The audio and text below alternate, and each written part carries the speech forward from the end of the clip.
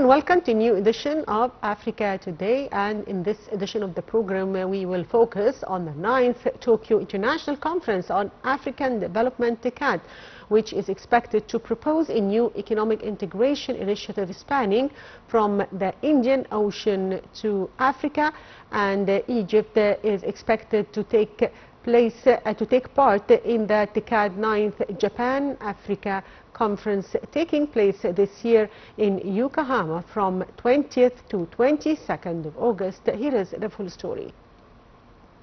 Prime Minister Mustafa Madbouli arrived in Japan on Monday to attend the 9th Tokyo International Conference on African Development TICAD 9, where his Japanese counterpart Shigeru Ishiba is expected to propose a new economic integration initiative spanning from the Indian Ocean to Africa.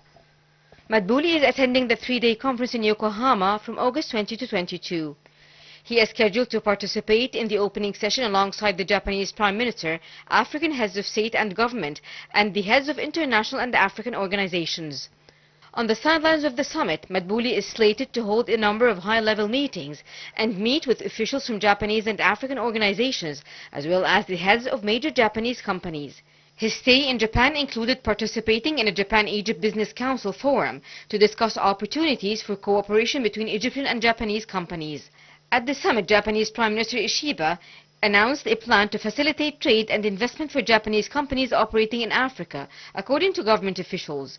The new framework will include a forum to promote third-country logistics models, as a growing number of Japanese businesses export goods to Africa from production hubs in India and the Middle East. Japan plans to use its official development assistance programs to strengthen logistics networks connecting Africa to the broader region. Ishiba will also announce a new joint task force involving industry, academia and government to explore ways to strengthen Japan-Africa economic partnerships. The move is seen as part of Japan's efforts to promote its free and open Indo-Pacific vision and to counter China's growing presence and influence across Africa.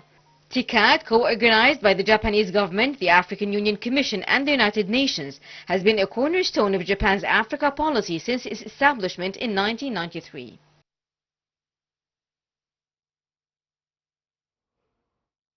And now we are joined over the phone by Mr. Abdel, a journalist, and he is going to tell us more about the importance of TICAD 9th conference in Japan. Good afternoon, sir. Well, good afternoon to you. Hello to you and to the dear viewers. So, Mr. Amr, this year's TICAD 9 conference is expected to propose a new economic integration initiative spanning from the Indian Ocean to Africa. How do you see the importance of this initiative and prospects of its success? As we all know, that economy today is the language of the sign of the time. So I believe that the most important communication basis that can be built among countries, especially the third world countries, connecting them to the first world countries and economies, is such conferences, such events, with cooperation between the two lines of countries. Together they can develop sorts of new cooperation based on solidarity, sovereignty, and strong new basis for new economy for this world. This world really needs new basis for economy. How to connect the economies of the third world countries and with the first world countries, away from the expired, I would call it expired basis for connections between the two worlds. So, Mr. Amr, a new framework to facilitate trade and investment for Japanese companies operating in Africa is to be announced by Japan. How do you see the importance of this move? Most important, in Africa today, all of the nations in this continent are yearning for a better life and a better way of cooperation with Japan and other countries in the West and the East, based on saving their own sovereignty and not interfering with their own fortunes and sources of fortunes. We all know that the African continent is the richest continent in the whole world with raw materials and sources of fortune. That means it's time to end up the long era of greed by colonialism in this continent, and start a fresh start and have a better start and a stronger basis based on respecting each other, the countries in the African continent and other countries in the West and the East, together as human, as respectable basis of economy. We can develop our economies and develop the life and the lives of the countries in the continent that has suffered for centuries, not just decades. Today, I believe there is a good chance for opening that gate for a better view and a better future for this continent. So, Mr. Amr, a forum to promote third country logistics models is also to be introduced by Japan, as a growing number of Japanese business export goods to Africa from production hubs in India and the Middle East. How would you elaborate on the mandate of the third country logistics models, and how can the Japanese introduction of a new joint task force of industry, academy and government exports counter China's growing influence in Africa? Well, the Japanese economy is a role model for each and every country in this world to build up upon those measures of the Japanese measures. But also, as we are welcoming the Japanese investments and cooperation with the African continent, we should tackle upon preserving our own identity, our own lines of business, our own personality that can never be separated from our own strategies of cooperation with Japan or any other country in the developed countries. I believe that we can gather around the strategy of joining the efforts of the governmental economy along with the private sector economy, all together without excluding any of the two lines. Together they can work and develop that sort of economy that can preserve the very basic and vital basics of life for the whole society, not just for the cream of the society, but for the whole society to live on together, to work together, to have their own ambitions for building their small projects, medium projects, mega projects, all together side by side. We all remember that after the World War II was ended, Germany was a country of dust, totally destroyed, but only the small and medium projects that have lifted that country and rose from dust into the top of the world.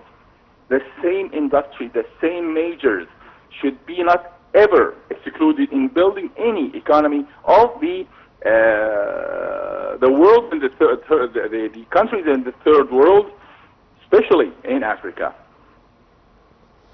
So also, if Prime Minister Mustafa Madbouli is expected to hold meetings with heads of Japanese and African countries, how would you describe the importance of Japanese-African ties? Well, of course, on one hand, the Japanese investments in Egypt are yet to be explored, and I believe there are better horizons and better opportunities for the Japanese investments in Egypt. As well as, on the other hand, Egypt is the main gate of Africa, the main gate of pouring the investments not just in Egypt but in our brothers in Africa, as well as we all remember that Egypt has taken the hand and taken the lead of African countries all the way to the most important events internationally, like the G20 and the G7, carrying the hopes and carrying the ambitions, carrying the optimistic vision that we seek to have and develop in cooperating with the developed world, based, as I have mentioned, on sovereignty and preserving the identity and creating our own model, that taking the best of what the others have developed and do it in our own way, our own strategy, our own personality, our own civilization, that especially in Egypt, that we have the leading civilization in the whole world. So Egyptian exports to Japan was $66.7 million during 2024.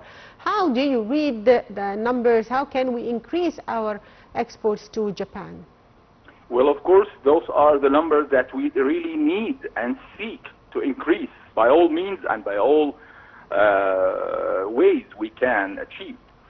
I believe that we have a better laws for investment, for foreign investments, and of course we need to have more and open arms for more Japanese, especially that we share lots of common understandings towards many files, economically, politically, having almost friendly culture altogether from Far East to Africa here, as we are the leading country in the continent. We are building a stronger economy that can never be built alone, but just with cooperation, with honorable friendship and partnership with a country like Japan. So, sir, finally, an Egyptian-Japanese business council is to be held on the sidelines of the TICAD 9 to discuss cooperation between Egypt and Japan. How do you weigh the importance of the business council to promote trade and investment cooperation between the two sides? Exactly, that represents true interest from the Japanese side to have a better and a stronger and deeper cooperation with Egypt. We really long yearn for such cooperation with a friendly country, and I believe they have the opportunity. We have the industrial zone and the economical zone in Suez Canal. We have other potentials. We have the basis of a strong economy that was built since the 60s. And together, as I have mentioned, throughout cooperation and unity between the state economy as well as with the cooperation with the private sector, we can meet halfway with the interests, the Japanese interests and the Japanese hopes and potentials. They can build together a stronger basis for a better and richest cooperation between the two countries. Yes, I'd like to thank you, Mr. Amr Abdel, journalist. Thank you, sir, for being with us. And back to our reports from the African continent. The UN said that renewed fighting in South Sudan risks engulfing the region, warning of the worsening humanitarian situation in the region. More in the coming report. Renewed fighting in South Sudan risks spreading to the wider region against the backdrop of a worsening humanitarian situation. The statement was made by UN official on Monday. The UN said the country, one of the poorest, has been gripped by renewed violent political instability as 7.7 million of South Sudan's roughly 12 million people faced high levels of food insecurity between April and July. With much of the population vulnerable to acute climate shocks and the impact of spillover from neighboring Sudan's conflict acutely felt, 83,000 people in South Sudan are at risk of catastrophic conditions. UN Assistant Secretary General for Africa, Martha Poby, told the Security Council that there is a concern that the current military posture and ongoing operations will spur more violence and exacerbate intercommunal conflict. She said if this trend continues, it will likely lead to a shift in conflict dynamics from subnational and community-based violence to a more complex landscape shaped by ethnic divisions involving signatory parties and other actors, including those from neighboring countries. Last month, clashes erupted between the Ugandan People's Defense Forces (UPDF) and South Sudanese troops in South Sudan's central Equatoria state, claiming 6 lives. Uganda has a history of involvement in impoverished South Sudan and has long provided military support to President Salva Kiir, including a deployment of special forces since March.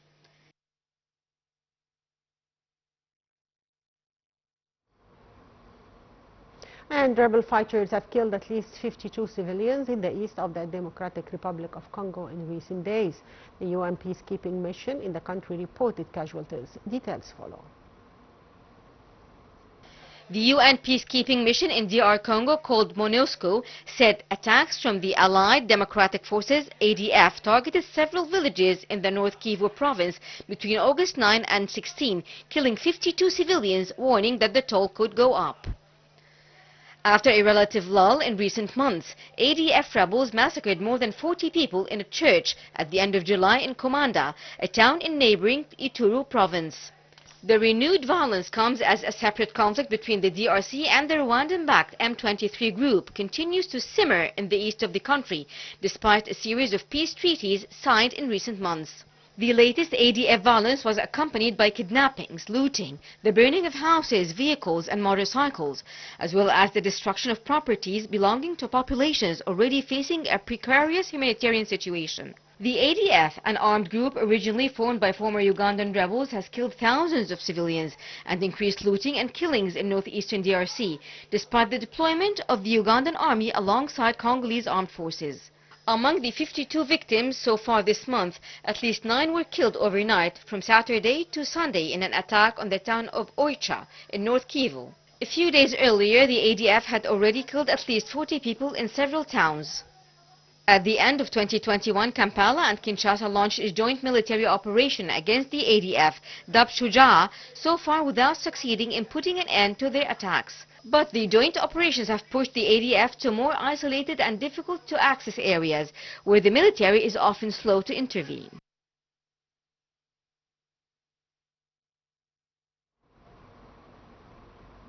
Well, dear viewers, by that we come to the end of today's edition of Africa Today. Thank you for watching.